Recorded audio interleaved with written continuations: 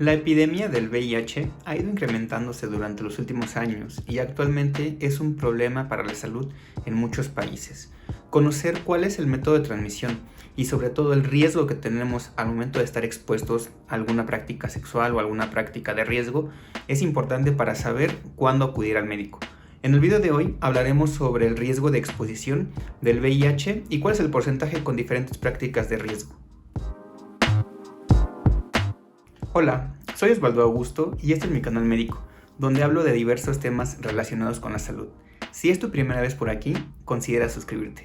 Antes de pasar a la presentación, que son 3 diapositivas solamente para ver unas tablas, me gustaría tocar algunos puntos importantes que todos deben de conocer previo a saber la exposición de riesgo que pueden tener al momento de tener una práctica sexual o alguna práctica de riesgo, que ahorita vamos a ver cuáles son.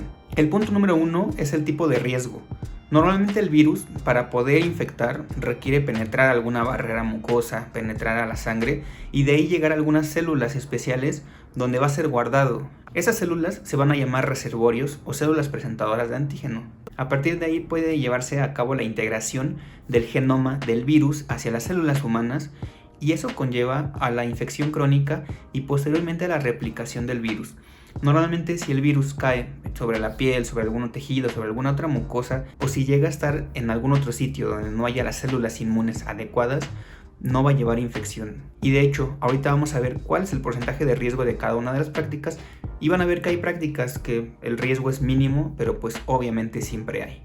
Como otro punto importante tenemos la carga viral del paciente. Actualmente se sabe que un paciente con tratamiento antirretroviral que mantenga una carga viral indetectable prácticamente no puede transmitir la infección y no habrá riesgo al momento de estar en contacto con tejidos o secreciones de un paciente que tenga carga viral indetectable. Normalmente los esquemas antirretrovirales que usamos hoy en día son súper eficaces y mantienen carga viral indetectable en la mayoría de pacientes. Lo único que deben hacer prácticamente es tomar su medicamento diario y eso los mantiene con una calidad de vida y una esperanza de vida casi igual a la población general.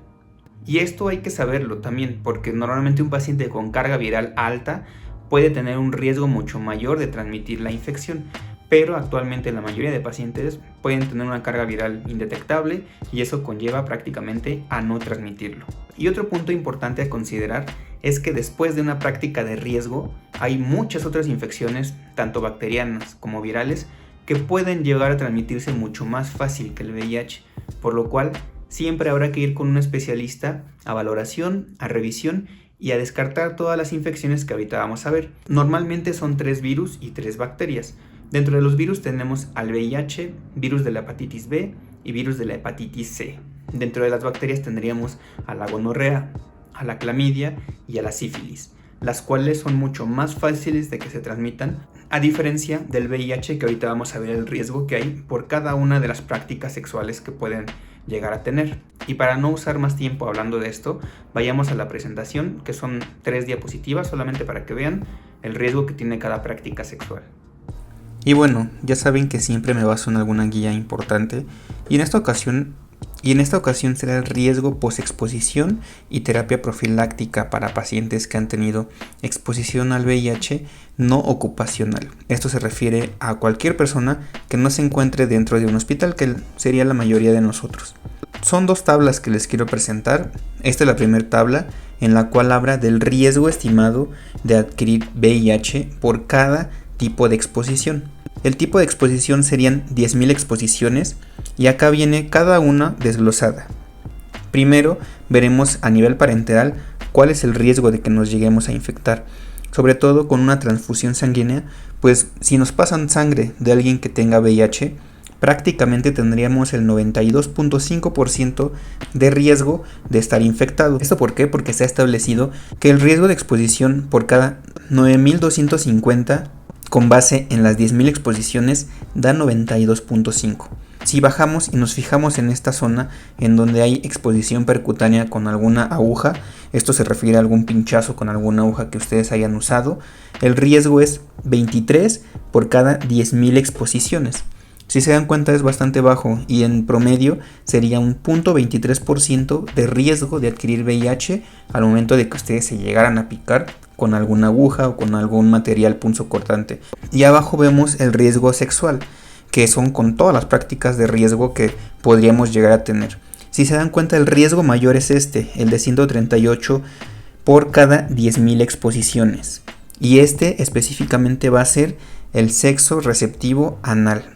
Esto porque es el mayor riesgo, porque a nivel de la mucosa anal hay mucha vasculatura y además hay mucha mucosa que se puede traumatizar al momento de estar teniendo penetración. Entonces eso conlleva justamente a que las secreciones puedan llegar a sitios en donde hay sistema inmune, hay las células específicas y de ahí continuar con la infección. Si nos fijamos hacia abajo, el riesgo que le seguiría sería de 11 por cada 10.000 exposiciones, y esto sobre todo se centra a sexo anal pero insertivo, a diferencia de receptivo, el cual es menos pero aún así hay riesgo. Y como riesgo inferior tendríamos de 8 sería sexo receptivo a nivel vaginal y el 4 sería sexo insertivo a nivel vaginal. Y si se dan cuenta, 4 es muy bajo. Esto se refiere a una mujer que esté infectada y un hombre que esté teniendo relaciones. El riesgo de que el hombre contraiga el VIH es bajo, es 4 por cada 10.000 exposiciones. Se refiere a que el hombre estuviera infectado y la mujer no, por lo cual la mujer tendría 8 por cada 10.000 exposiciones de riesgo.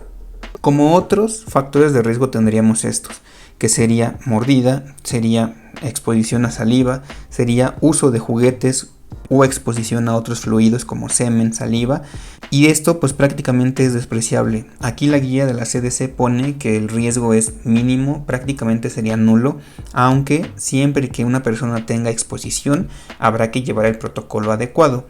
¿Y cuál es el protocolo adecuado que sugiere la CDC? Es este protocolo en el cual, si se dan cuenta, se le pide estos test que son VIH, hepatitis B, hepatitis C, y se le pide además serología para sífilis y algún estudio para gonorrea y clamidia. Si es mujer, se le pide pues su prueba de embarazo, y esto es en caso de que haya tenido alguna exposición de riesgo. Si se dan cuenta, se pide a nivel basal, o sea, al momento de que se tiene al paciente, y de ahí se puede pedir o repetir algunos estudios 4 a 6 semanas, 3 meses después o 6 meses después de la exposición. Sobre todo 6 meses después de la exposición sería para algunas infecciones en el cual el periodo de ventana es un poco más prolongado, como hepatitis B o hepatitis C.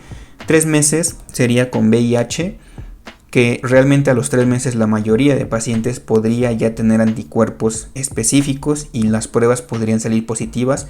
Un bajo porcentaje de pacientes va a llegar hasta los 6 meses, y esto es algunas condiciones especiales. A las 4 o 6 semanas habría que repetir VIH y la serología de algunas infecciones, y en el momento agudo también se podría tratar alguna de estas infecciones. Si se desconoce el estado serológico de la persona que tuvo el riesgo, habrá que iniciar terapia antirretroviral con algún esquema sugerido. Esto pues ya pasa a ser parte de un especialista, y en caso de que ustedes lleguen a tener alguna exposición de riesgo con alguien que desconocen o con alguien que no estén seguros, yo les sugiero acudir con un infectólogo, que sería el mejor médico que puede valorar esto. Y como ven, siempre va a haber riesgo al momento de que ustedes tengan exposición. Esto va a depender mucho también del tipo de persona con la cual hayan tenido la exposición. Lo que les decía al inicio, una carga viral muy alta, hay mucho más riesgo de transmitir a diferencia de alguien indetectable. Va a depender del tipo de práctica sexual que tengan, va a depender del tipo de secreción a la cual estén expuestos. Y para fines generales siempre va a haber riesgo, aunque, como les decía, hay algunos riesgos que son prácticamente nulos y son despreciables. No se ha establecido realmente el riesgo que puedan tener. Actualmente se considera que no se pueden transmitir por saliva, lágrimas, orina, pero si ustedes han tenido alguna exposición, siempre habrá que ir con un especialista. Nos vemos en la próxima.